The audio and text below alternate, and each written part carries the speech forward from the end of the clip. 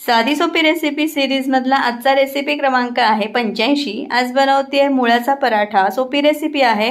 यासाठी काय केलं, 2 मुळे घेतले। याच्यामध्ये मुळ्याची पानं नाही वापरली, फक्त मुळा वापरला आहे। त्याची सालं काढून घेतली, किसणीवर तो बारीक किसून घेतला। त्यानंतर त्यामध्ये मीठ घातलं आणि जितकं जमेल तितकं पाणी त्यातलं काढून घेतलं। अशा प्रकारे कोरडा हा मुळ्याचा कीस असला पाहिजे, नाहीतर पराठा लाटताना तो फाटू शकतो।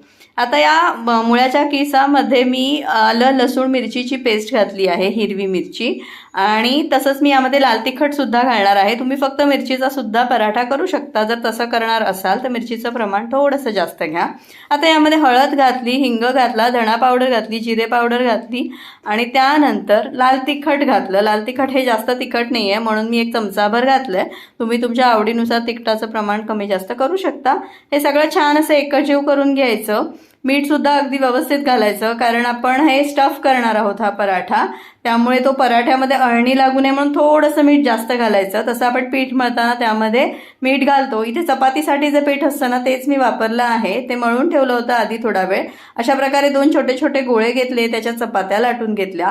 त्यानंतर एका चपातीवर असा छान हा मुळ्याचा कीस पसरून घेतला, म्हणजे तो सगळीकडे व्यवस्थित लागतो। आणि त्यानंतर दुसरी चपाती ठेवून मस्त असं हे सगळीकडून दाबून घेतलं आणि त्यानंतर सगळ्या कडा बंद करून एक हलकंसं लाटून घ्यायचं। फार मोठा पराठा नाही करायचा, अगदी थोडासाच लाटायचा, नाही तर मिश्रण बाहेर येऊ शकतं।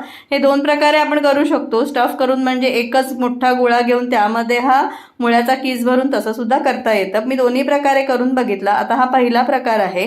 तवा गरम झाल्यावर मस्त असा पराठा त्याच्यावर घातला, दोन्ही बाजूने खरपूस भाजला, वरून छान असं तूप सोडायचं। तुपामुळे पराठ्याला एक वेगळी चव येते। आता हा माझा एक प्रकार इथे भाजून झालेला आहे पराठ्याचा। आता मी दुसऱ्या प्रकारे करते। त्यासाठी पुन्हा पिठाचा गोळा घेतला मोठा आणि त्यामध्ये हे मिश्रण स्टफ केलं आणि त्यानंतर भरून झाल्यावर त्याचं तोंड बंद करून घेतलं आणि छान असा पराठा लाटला। पण यामध्ये थोडंसं मिश्रण बाहेर पडण्याची शक्यता जास्त असते आणि म्हणून मला पहिली पद्धत जास्त सोपी वाटते। आता इथे मस्त असा हा सुद्धा पराठा मी भाजून घेते आहे। इथे बघू शकता हे जे काय वर मिश्रण दिसतंय ते थोडंसं लाटताना बाहेर येतं। आणि आता इथे दोन्ही बाजूने हा मी पराठा भाजून घेते आहे, तूप सोडलं आहे मस्त असं।